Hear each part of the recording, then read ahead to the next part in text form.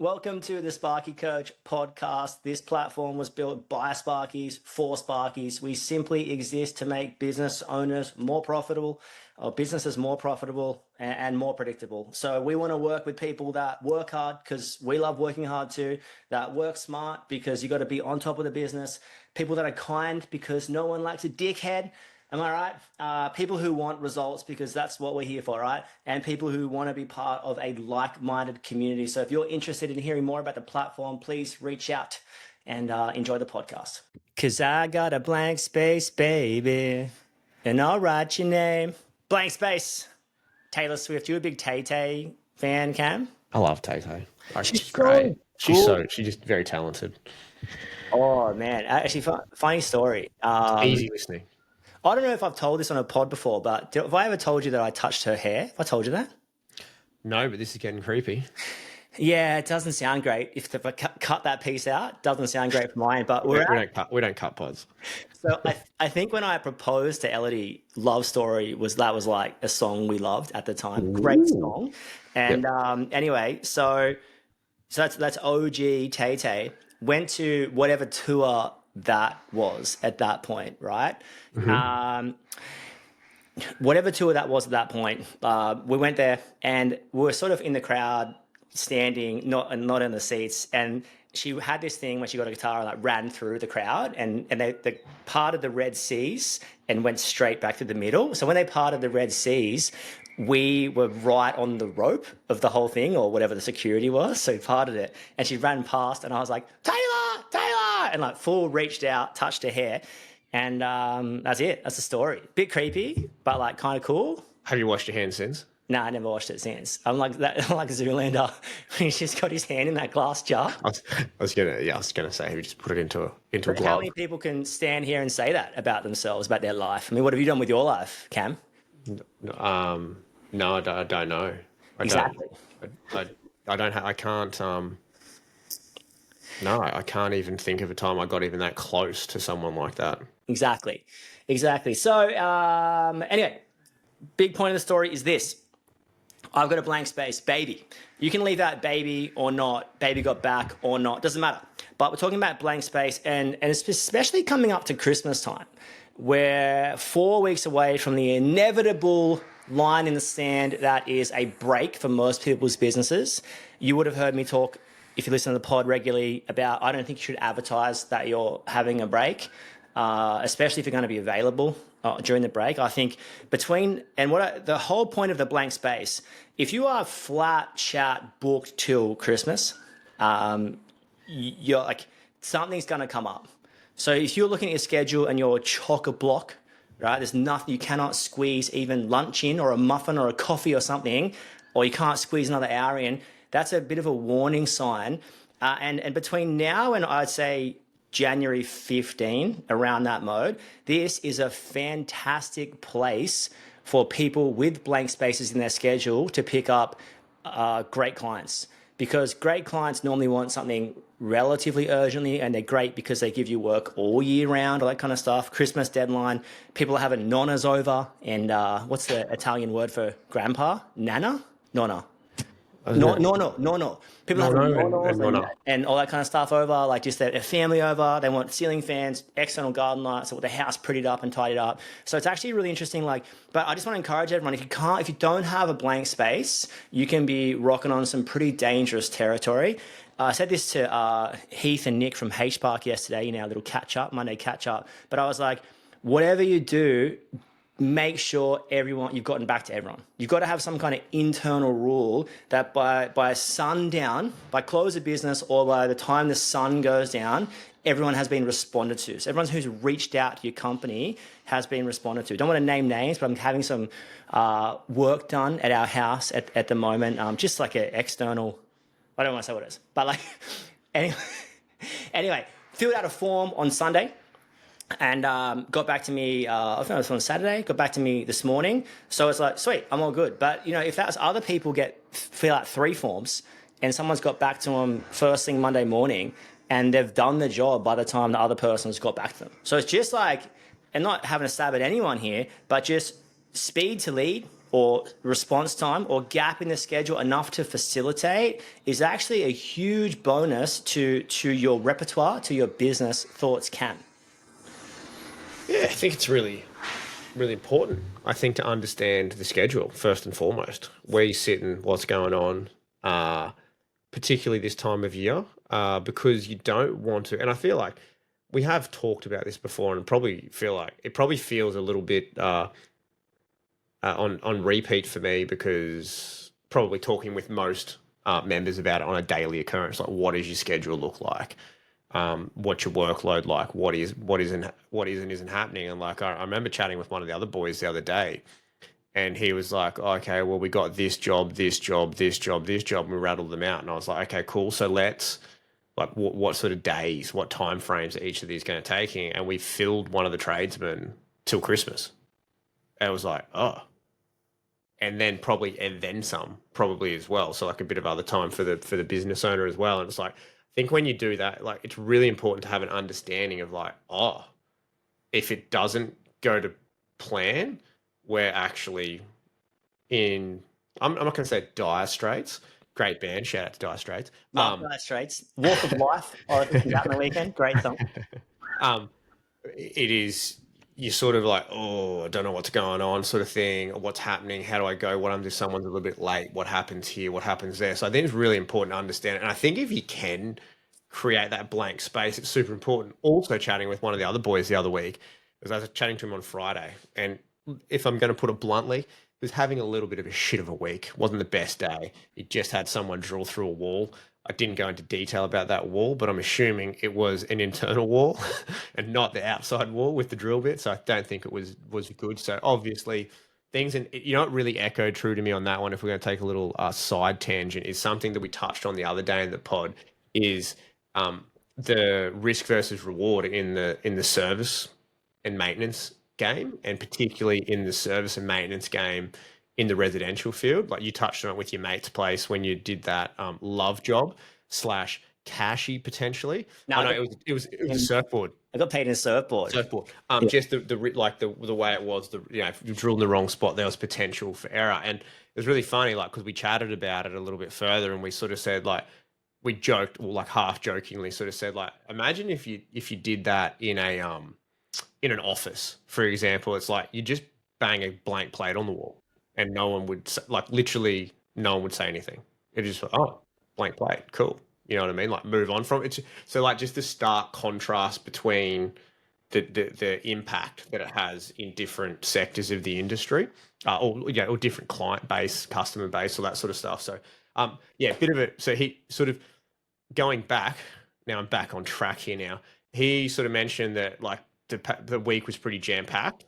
And so we looked at the weeks that were coming ahead, and I'm like, let's give ourselves some breathing space, because those jobs that ran over time then put the pressure on. Then we had to cancel a job, and he had a client basically not speak to him very nicely around, I can't believe you're not coming this afternoon, and was pretty aggressive to the point where he's almost like, I don't think I want to work for this person at all. Which I think is totally okay as well. Like if someone doesn't speak to you very nicely and treat you very well, I think that comes into it in a way of like, treat others the way that you want to be treated. If someone's I want to double sideways on that, because I feel like I fully agree. But if you've told someone with young kids, or someone who works from home, or you've told a business you're going to be somewhere and you're not, is that how you want to be treated? 100%. So it's like it has to go both ways. And too often, I think tradies in general and Sparkies in general, they will always think the client's a dickhead, when a lot of times we are a dickhead. So that's just so, the irony is not lost. It's like, oh, you can't yell at me. I'm like, hang on, you said you're going to be here. I've stayed home all afternoon just for this thing. I'm meant to be somewhere else. I've got things to do, or I've got a meeting at 4. You said power, be back on at 4. I think it's and mistakes happen. Things move, things shift. We're not saying that can't happen, but so often with an overbooked and overjammed schedule, or without reflecting on, without leaving a blank space, breathing space in your day, in your afternoon, you end up, you can't get to that job. I mean, I've done this many times. It's like a job in the afternoon. You can't get there. And it's like, well, I'll just leave it for as long as possible till I call them. It's like as soon as you, and then it takes a while to, as you get older and wiser, you learn as soon as you know you can't get somewhere, you need to call it out. Then better than calling it out on the day, which is going to happen from time to time, but try not to happen. Better than calling it out on the day is calling out yesterday or calling it out last week. That's a way better result for all parties. Better to let someone down early than late. Anyway, that's my side comment on that. Sweet. So anyway, so we went through and had a look at what's happening with the schedule. And it's like, let's give ourselves some space. Let's give ourselves a day here and there. Because it's easier to bring a job forward than it is to push a job out. So we went through and we're like, okay, what's next? Oh, next week's already full. It's like, but have you confirmed everything? No, I haven't confirmed these. Let's push those jobs to the following week, right?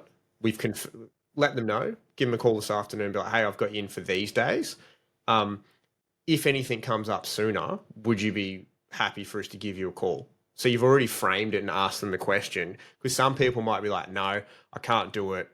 If you lock it in for that day, I've got to take some time off, or I've got to be home for it. And I can only work from home that particular day so that it works for me. So what you're actually doing is you double answering it for people. So you've given them a date, so you've confirmed with them, but you've also created an answer for yourself. So future you, this is future you, for an option, for an alternative to be like, hey, can I bring you forward?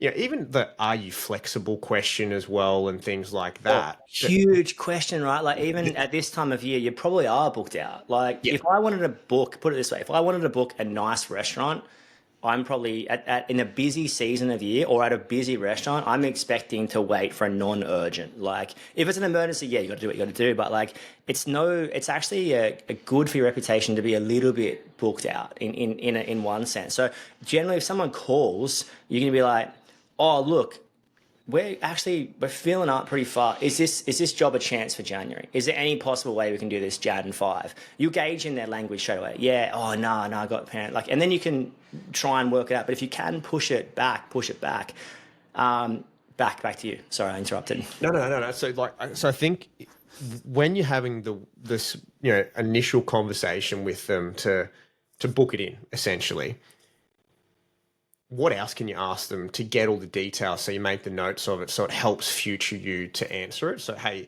are you flexible? If we have some more availability that comes up sooner, would you be happy to do it? Does it have to be in the morning?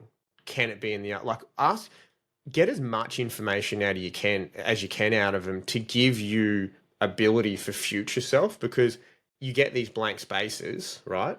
And if everything is kosher, amazing. How good is that, right? Everything goes well, you can bring things forward, right?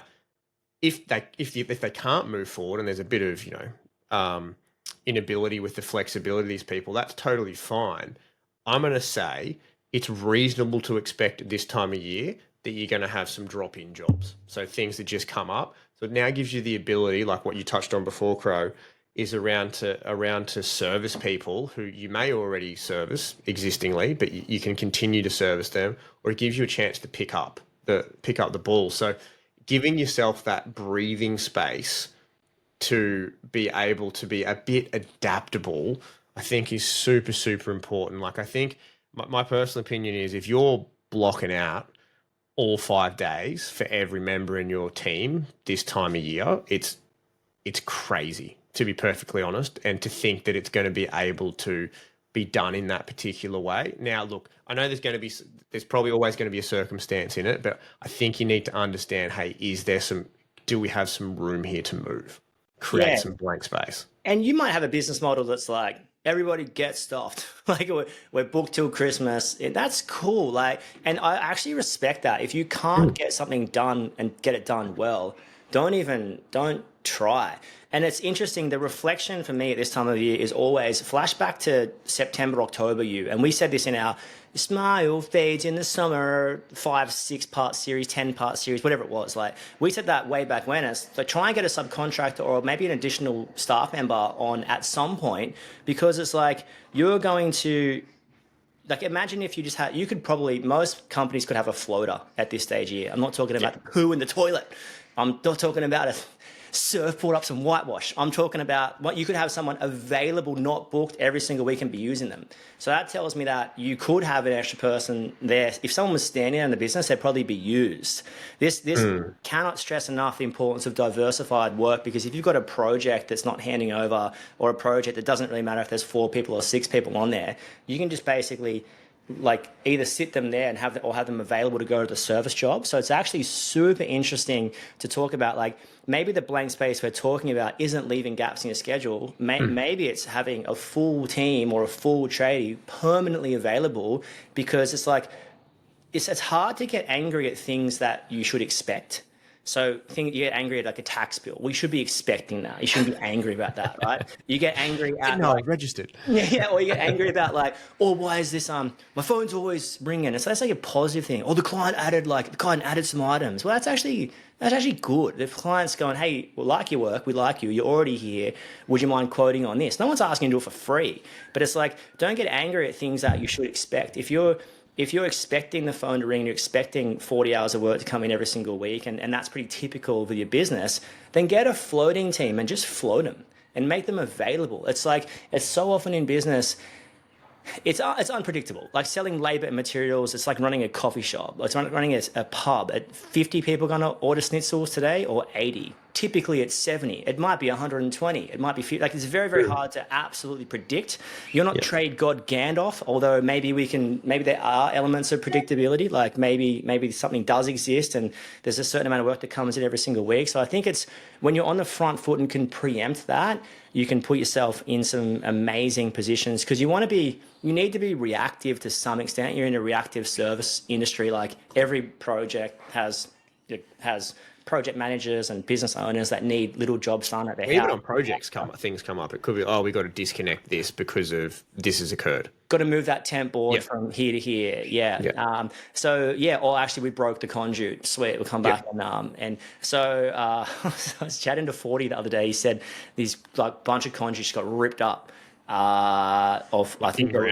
in ground. Yeah. Crazy story.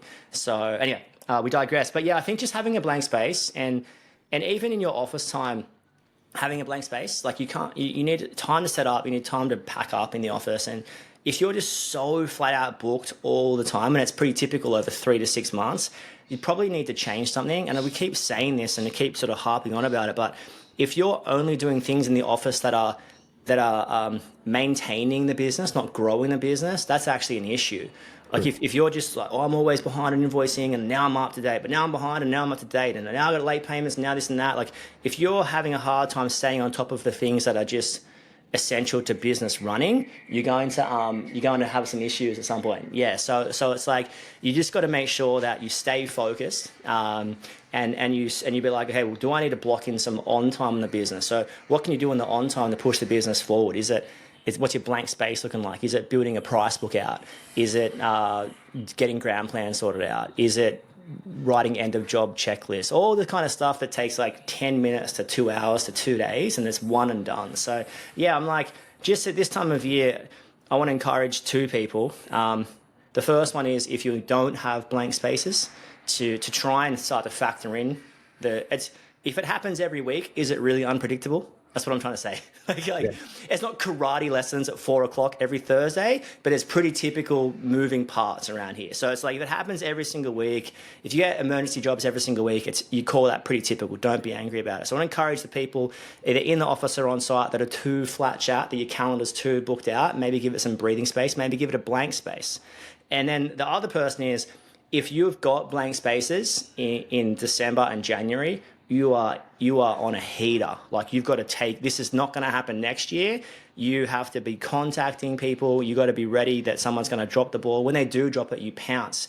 And my wrap up is this. I've been saying this a lot. Treat everyone like you're quiet, with the whole goal being, think about how you respond when you're quiet. Like, if you're quiet and someone calls you, you go to the house for switchboard upgrade, and while you're there, you're looking at smoke detectors, and actually that's out of date, or actually this board needs an upgrade, these PowerPoints need to fit, or whatever. Like, you're kind of looking to add the value because it's the right thing to do at that point, right? As long as it's ethical and cool, I'm cool with it. But like, I've sort of flipped it, and it's like, treat everyone and everything like you need them. It's like when you need that, or while you're here, can you just, oh my gosh, yes, definitely. When you need it, your service is so good. Like when you need that staff member, you're basically like, you treat them well because you need them. And I'm not saying everyone's going to hang around staff and clients, but I'm just like, just treat everyone like you need them. Treat everyone like they're important. Treat everything like it matters, because it does matter. It's not Metallica, nothing else matters. Great song, by the way. It's like things do matter. The little things do matter. The 1%ers matter. So my wrap up is treat everyone and everything like they matter and like they're important, and you do some good things. And if you can't treat them like they're important, if you're not able to service things, if you're not able to have some on time in the business, if you're not able to do all this stuff, maybe something needs to change. Maybe you need to hire an operations manager, an admin. Maybe you need to release the Sparky admin. Yeah, shout out. Maybe you need to hire an apprentice or a tradie. Maybe there's an indicator going on. Your wrap up. So I've probably got two things that I want to sort of touch on here. One is just awareness. So you need to be aware of what's happening.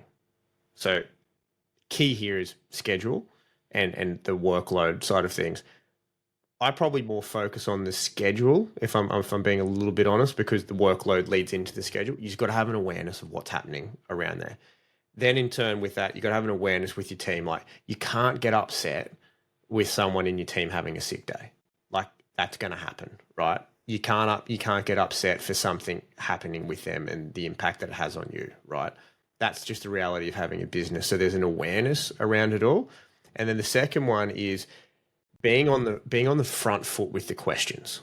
So communicating, getting the information and extracting the information out of your customers to be able to then service them best. So it's not just, hey, I can do it at 8 o'clock next Friday sort of thing. It's, hey, does 8 o'clock next Friday work for you? It's probably going to take X amount of time. If we can bring it forward, will that work? Do you have any flexibility? Like ask them multiple questions so that you're not having to go back with them with more phone calls. So let's make that phone conversation a 2 to 3 minute phone conversation as opposed to like a 35-second dictatorship sort of thing. Because what you will do is you'll get all the answers that you need to be helping yourself in the future to make the decisions. Because we've all been there where it's like, let's ring 5 people to get the answers that we probably could have asked them already, that we already had. And then we can be like, oh, hey, we can do this, this, this, and this. And then it's just 2 phone calls about, hey, I've just moved you to this date, just checking that still works. So being aware and asking the questions. Love that. Wherever you're at, have a blank space and be blessed. Peace. Enjoy. That's a wrap on another podcast. Whatever you're doing, don't be too busy to stop and check if you're making money. And above all else, you know the rules, be kind. See you soon.